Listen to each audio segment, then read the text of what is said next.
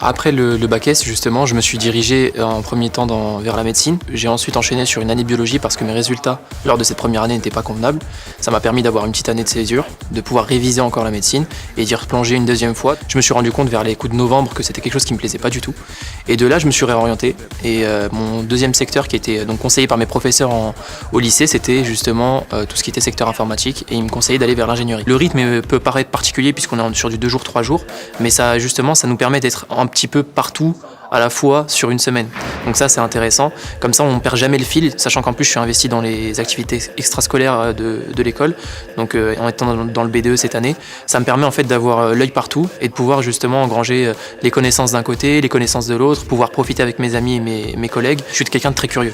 Et je me suis dit que la sécurité, au lieu de le voir comme une fin en elle-même, j'ai préféré la voir comme un outil. Et étant un très très grand fan de voyage, je me suis dit que si je voulais travailler à l'étranger à un moment, ça me permettait de travailler à peu près partout. Ça me permettait de développer mes connaissances sur un milieu qui est quand même assez complexe, donc aussi de pouvoir me challenger et d'avoir un parcours qui pouvait aussi se décalquer sur d'autres domaines. C'est-à-dire que de la sécurité, on peut en avoir partout, donc dans le milieu financier, au niveau de l'automobile, Télécom Paris, forcément il y a tout ce qui est réputation, c'est une très grande école, elle a formé de très grands noms.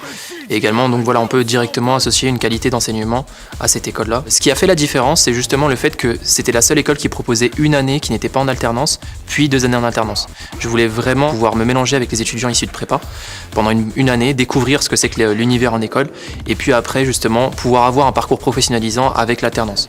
J'ai vraiment eu aucun souci, parce que vraiment tous les étudiants qui sont là sont un peu mêlés les uns aux autres, donc on n'a aucune notion de qui vient d'où. Il y a un petit peu tellement ce mélange entre les étudiants qu'on n'a jamais eu ce souci-là, donc franchement, à tous les étudiants, foncez si c'est ça qui vous fait peur. Le meilleur conseil que je puisse donner donc aux étudiants venant d'IUT, c'est tout simplement en fait de se faire confiance, parce que c'est quelque chose qu'on va vous répéter, le fait que certaines personnes viennent d'ailleurs, de prépa, ça relève d'une certaine discipline, d'un certain travail, etc.